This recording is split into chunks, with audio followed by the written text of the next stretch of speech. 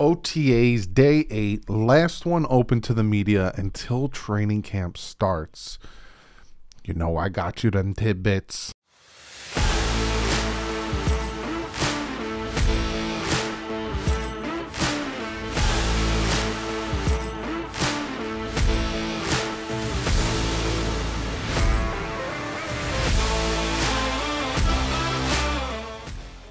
What is up, Finn fans? Yes, today is OTA day 8. This is the last one open to the media. So until I think the middle to end of July when training camp starts, since when the media can be there and you guys can also be there. So when I get the schedule for training camp and the open dates for you guys, I will let you guys know. I'll make a specific video on all of that.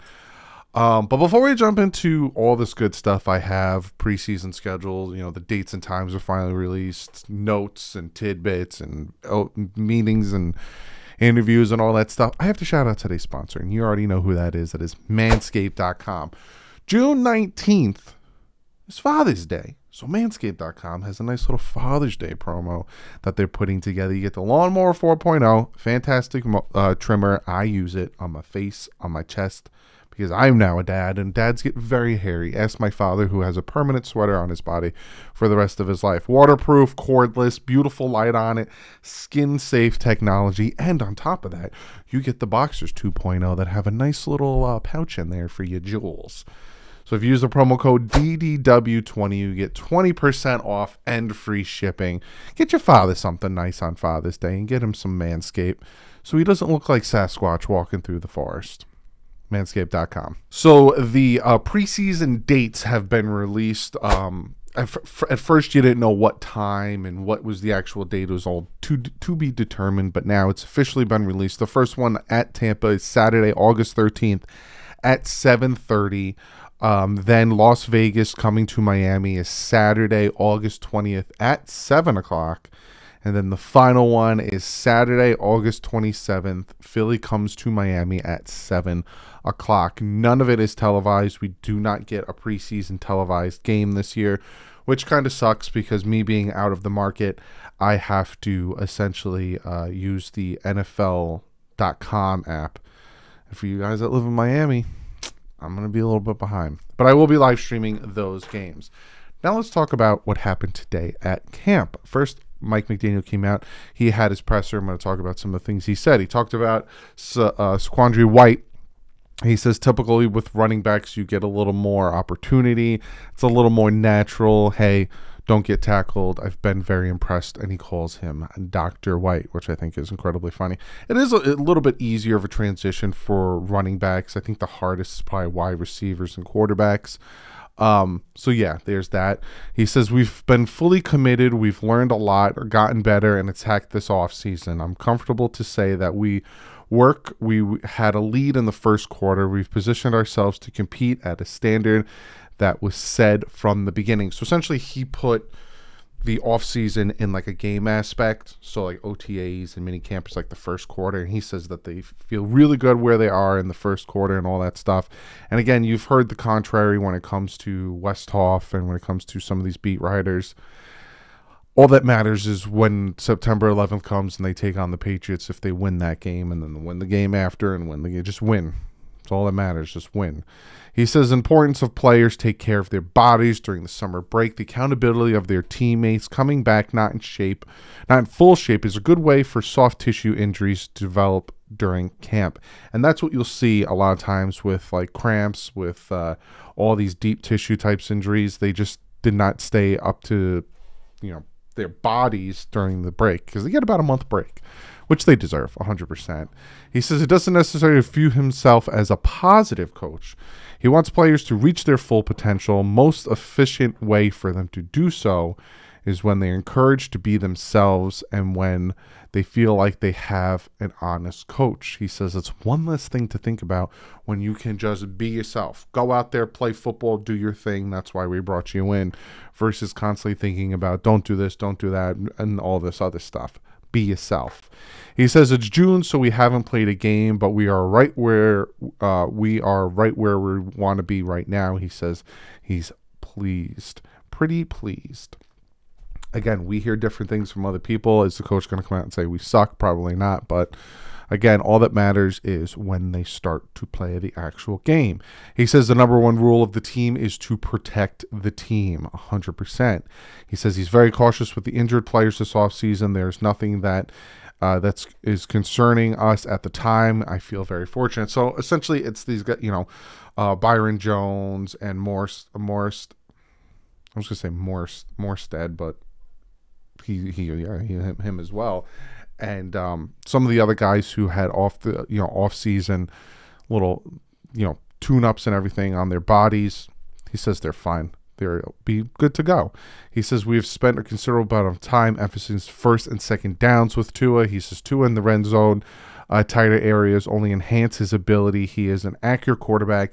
The work he has done, I've been very pleased with. Also, a little tidbit here. Tua led the league in red zone efficiency last year, and he is second most in tight window throws.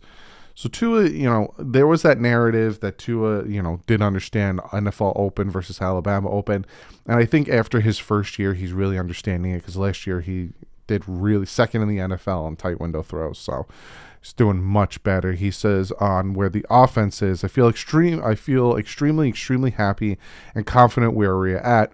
We have just enough time, just enough taste of what we're good at. My brain doesn't read well, and what we need to work on. So he thinks they are where they should be, and he knows what they need to work on, and they'll get to that when training camp starts. The defense versus the offense, he says, is everyone at the same starting point? Are they taking calculus courses while we are taking algebra? And that's a good analogy, because the defense is far ahead of the offense right now, because it's the same defense for the past 2 years. This is their third year in the same defense with the same players. They're miles ahead of where the offense is. And that's what I got for you from Mike McDaniel. Now I'm going to give you some tidbits. We all know you like those. And I have some player press conferences. So, like I said, this is the last OTA open to the media. Thursday and Friday will be closed off to the media, but I will try my best to get you some information out of those OTAs. Multiple vets were not present today. This last week of OTAs is not mandatory, so you're going to see a lot of guys kind of bail out early, get some rest before training camp starts. And the players that weren't present, Tyreek Hill, Mike Gesicki, Xavier Howard, Durham Smythe, Adam Shaheen, Robert Jones, Armstead, Trill Williams. The ones that were present but weren't actually on the field were Byron Jones and Alec Ingold. And it showed, because both sides of the ball were very sloppy today. Raekwon Davis rocking the orange jersey. Defense definitely outbid the offense on the orange jersey. Orange jersey wins on Friday. I'll give you the full list of who has worn the orange jersey during OTAs. Tua hits Cody Core for a long 59-yard touchdown. If you don't know who Cody Core is, he was with the Cincinnati Bengals and then was with the Giants last year. Dolphins picked him up, and again, without Hill and Gesicki, you're going to see a lot of these guys that you're probably like, who? Get some plays. Cody also caught a nice 61-yard touchdown from Teddy Bridgewater. Both quarterbacks getting some play in there. Offense had a nice day stretching the ball down the field, which is good to hear, especially all the bad that we're hearing coming out of camp. Tua with a nice pass to Ahmed on a wheel route. Caught it. I think he took it about 20 yards the rest of the way. A nice play. Tua put the ball right out of the reach of the defender. Great play there. Then Tua threads the needle to Jalen Waddle, who settled down in the zone, got it right in between the defenders. Again, that's what Tua's good at. Duke Riley. Good on Duke Riley. He picked sixes Tua Tagovailoa. I actually have the footage of him pick sixing Tua. Here's that footage right up here. Oh, that's not. Hold on. That's not Tua. That wasn't Tua. I'm gonna have to fire my production manager. But in all honesty, I showed that because I know for a fact some people are going to hear Tua through a pick six in OTAs and are going to blow that out of proportion. So I just wanted to show the fact that Deshaun Watson did a few days ago. It's OTAs. Who cares? But that is the first interception that Tua threw in all of OTAs. So sloppy. Tighten it up, kid. Tyndall with a nice pass breakup and pass coverage. No PI on that. So he got in there, got the ball out without turning the player's hips. Very good on Tyndall. Jalen Phillips with a would-be sack. I'm hearing fantastic things from Jalen Phillips this year. Had 8.5 sacks last year. This kid might be dangerous for us. Javaris Davis, nice play. Came off his coverage to get in, break the ball up. Good on him. And then Easy had a couple of nice catches from Bridgewater. One from Bridgewater was behind on a slant. Then he torqued his body and made that catch. And that's what I got for you on the field stuff. Now I'm going to talk about some player press conferences. Robert Hunt sat down, talked. Well, didn't sit down, but he talked with the media. He says, I think we look good. We're out there competing to win a spot. We are trying to have a better year than we did last year. See, that right there tells me it's not great. The offense hasn't been playing. And this is what I'm talking about. That's the type of stuff you'll hear from somebody who doesn't want to say, we're not doing too well, but we're getting there. I think we look good. We're out there competing to win a spot. That's what you would expect from Tyreek Hill, Mike Gesicki, all these guys, Xavier Howard, who are saying good things about Tua and how he's deep ball. And they would say stuff like that. I think he's doing good. I think he's getting better, blah, blah, blah. So he talks about Mike McDaniel. He says he's cool. He has that swagger to him. Mike is younger. We can relate to him, which there is that plus there. You've seen it with McVay, Super Bowl winner. You've seen it with the Green Bay Packers, Matt LaFleur. So they all came from the same tree. He talks about the OTA speed. He says, I think we were trying to hit it. It's crazy to say that. We are doing it in controlled manner, but it's the real speed. So essentially, they're trying to keep that momentum, keep that speed of camp without hitting each other. But that benefits the defense more than the offense, especially on that offensive line without the pads on. And the final thing he says is, we went from an inside zone to a duo to a power. We got them guessing. It's the type of offense I love. It's this offense, once it gets clicking and once the whole offense understands it, from the wide receivers, running back, offensive line, once they all start understanding it, it's going to be really dangerous to see. Then they talked to Emmanuel Ogbah. He talked about the offense. He said it's hard to tell their tendencies. He talks about Jalen Phillips. He says he definitely got bigger. You could see the speed. He is faster and stronger. Again, I'm very excited. I'd love to have another Jason Taylor, and that's what Jalen Phillips seems to be. He says, we got all the keys back. We know each other's struggles with and what everyone is capable of. And you could once you understand that, you can kind of mask and know how to cover up those weaknesses. So, again, they've been rocking this for now 3 years. There should be no excuses on the defense. He talks about the offense, and he says, I would say it's kind of similar to the Kansas City Chiefs, but we have more speed now, a lot more speed. He says, when we are out there to dominate, talking about the defense, and I hope so. And he says, our main goal is to start fast. We can't lag behind like we did last year. Starting 1-7 is not good. And the year before, starting 1-4. So you got to get out there hot. You got to start. Well, we also started 3-0 one year and didn't make the playoffs. But still, you got to get out there and start hot. And, you can't lackluster, especially, you're facing 2 AFC East teams. You're facing 4 AFC teams, 5 the first 5 games. You got to be able to win those games, and you got to be able to,